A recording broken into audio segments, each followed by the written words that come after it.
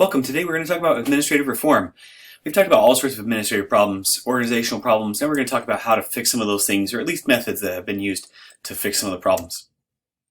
Americans have always been interested in fixing problems, especially with the bureaucracy.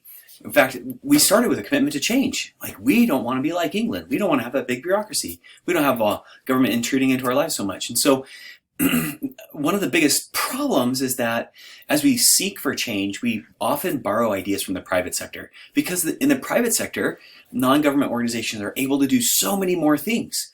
Government organizations have to do what the law tells them to do, but the private sector can do whatever they want.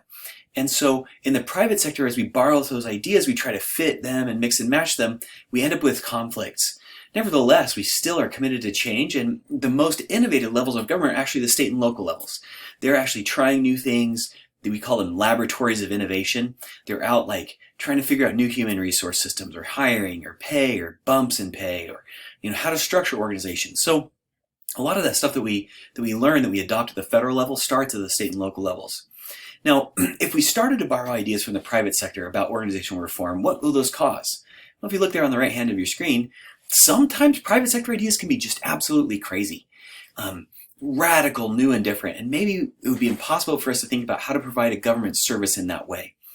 Public organizations do operate on a fundamentally different basis. In other words, we have to do what the law tells us, but also we have different organizational processes that start making differences in how we can adapt or modify or improve. It's true that private agencies and public agencies operate on different purposes, but remember, it's a trick question. It's not about profit motive.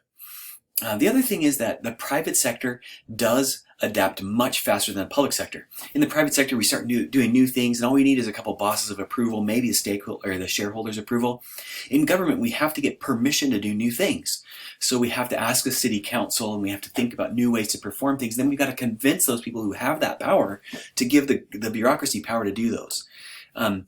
Like I talked about earlier, the states as laboratories of innovation is this idea that's pretty recurrent in public administration. Oftentimes, the stuff that we see at the federal level starts at the lower levels of government. Some state thinks about a new way to serve its clients. Think about the California DMV. We now have online renewals of stuff. We have licenses and car registrations. We have an automated system to track smog inspections. Those are new, and they're not everywhere inside all the other states. You think about that, like, which states are the most innovative? You might think about coastal states like New York, Washington, California. There's some other new ones to think about, but the states like Florida and Texas.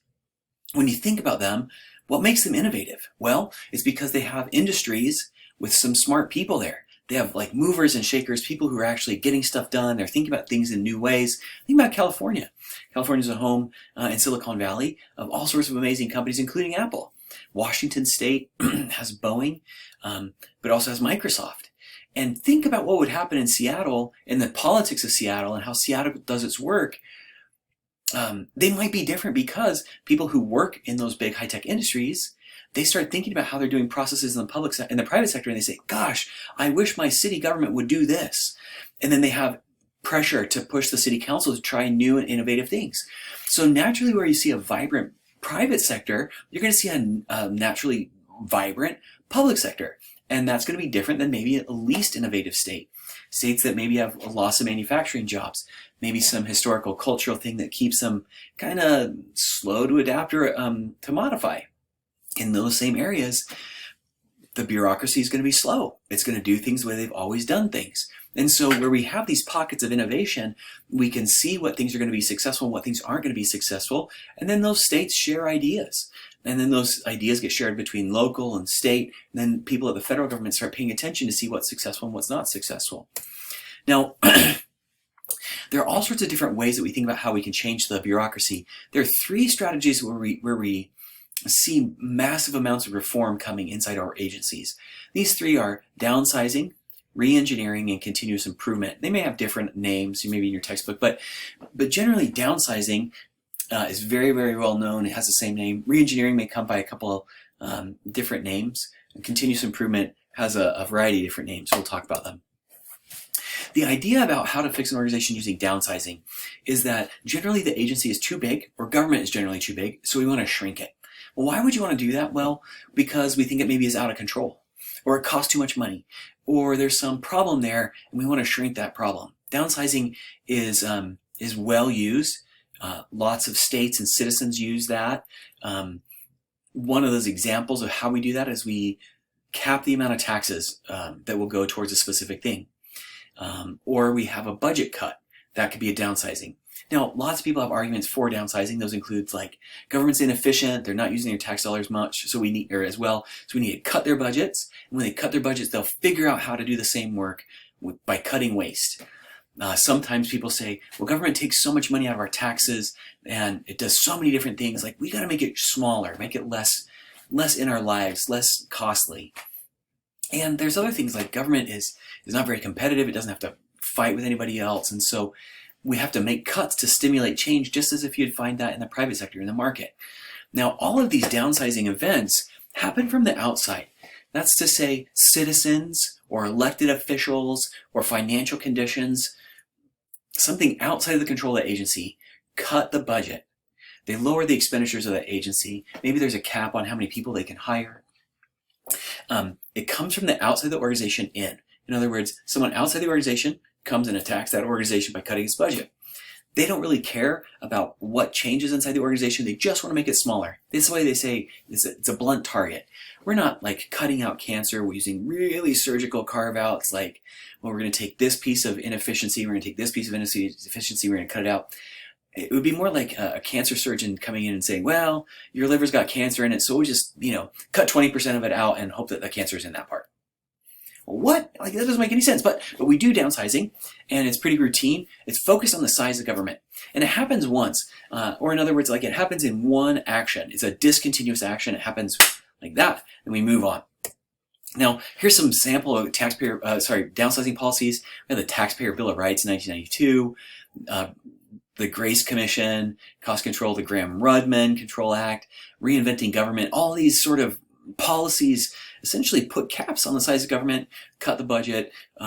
But one that I like to talk about a lot is in California. We never think about California as downsizing in this way, but really, Prop 13 was a citizen-led initiative to cap the amount of taxes that were being taken from properties on homes.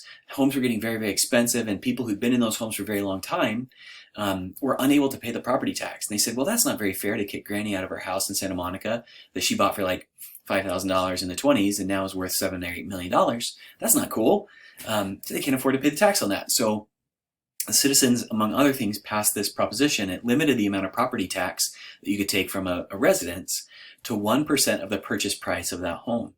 And then every year they could raise the amount of tax by 1%.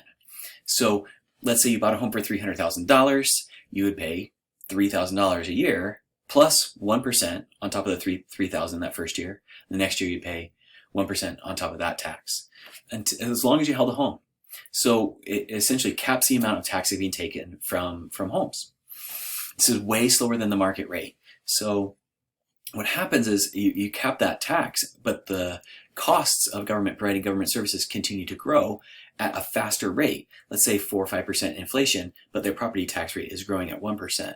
So the costs start exceeding the ability to pay for things with taxes.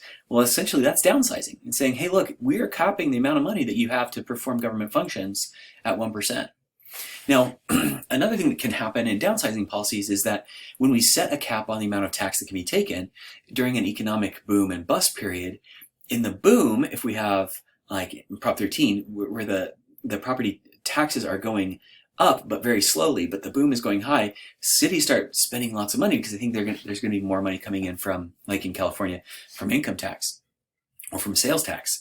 When that recedes, when that falls out, the budget drops pretty significantly. And there's a provision in California that allows you to reduce the amount of property tax below your Prop 13 limit if you can prove that it's worth less until it comes back to the Prop 13 value. So what happened in 2008, 2009, as the market was crashing, as the home values were crashing, all of a sudden, because of the property tax cap, cities were running out of money. and the county had to lay off all sorts of workers. Some workers went on furlough, like Cal State Fullerton faculty members took a 10% pay cut as a furlough. We got to keep our jobs, but we worked 100% for 90% of the salary. And we had to do that because the tax revenue just wasn't coming in. And they had to have some time to cover these expenditures until we could make a strategic plan to get out of this budget problem and to reduce our expenditures. So when we downsize, it can be very, very traumatic, and it cuts services very quickly.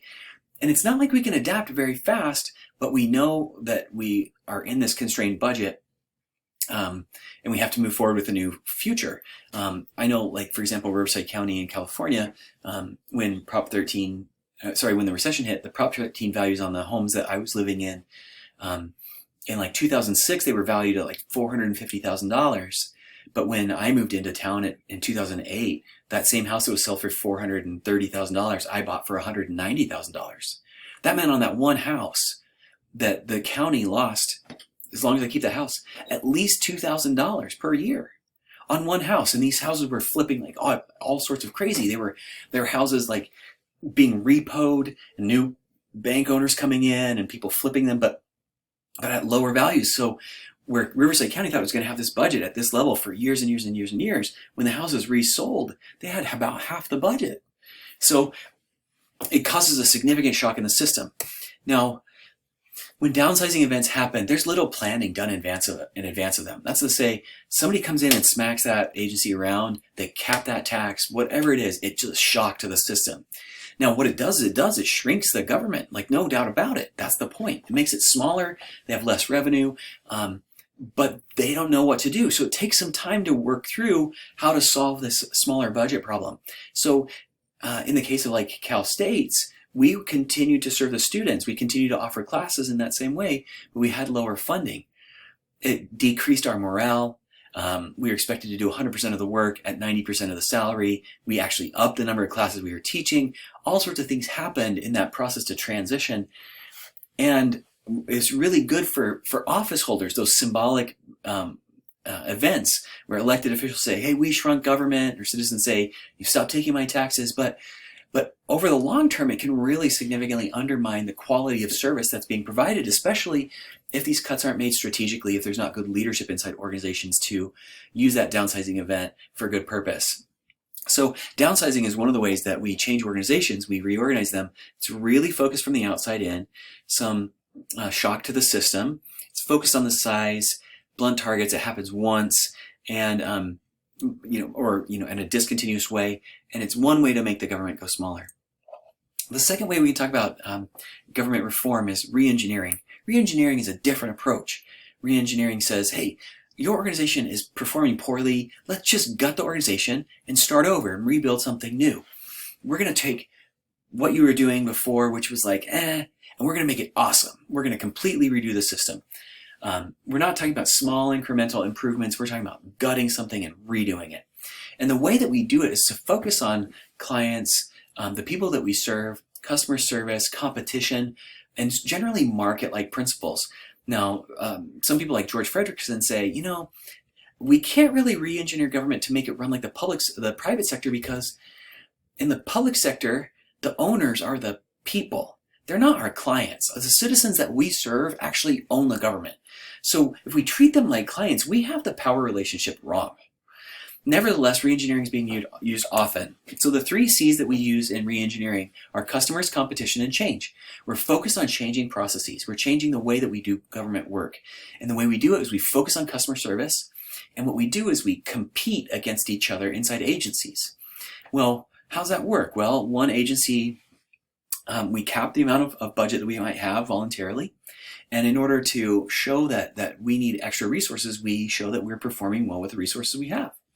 So let's say inside a police department, they're out and they look at these 2 different areas. They're trying to figure out funding. If one area is doing really well at customer service and they're hitting all their measurement metrics, we give them extra budget. Well, where's that extra budget come from? It comes from the poor performing areas.